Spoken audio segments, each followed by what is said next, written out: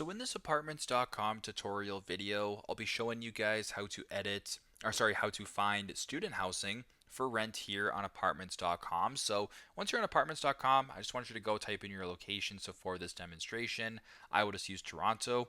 Now once you're here and you want to find student housing specifically, at the top where it says price, beds, baths, home type, specialty housing, I want you to go ahead and press on this one to get the drop down. Where it says housing type, I want you to press on where it says student right here. Now where it actually says this, you can go ahead and choose the university. You can also go up to see the pricing per person, the amenities, etc. So just to keep it simple, I'll just press on done, and now it's showing you guys right here is a bunch of different options in regards to student housing. So if you wanted to change this, for example, I'll go to student. I will select the university.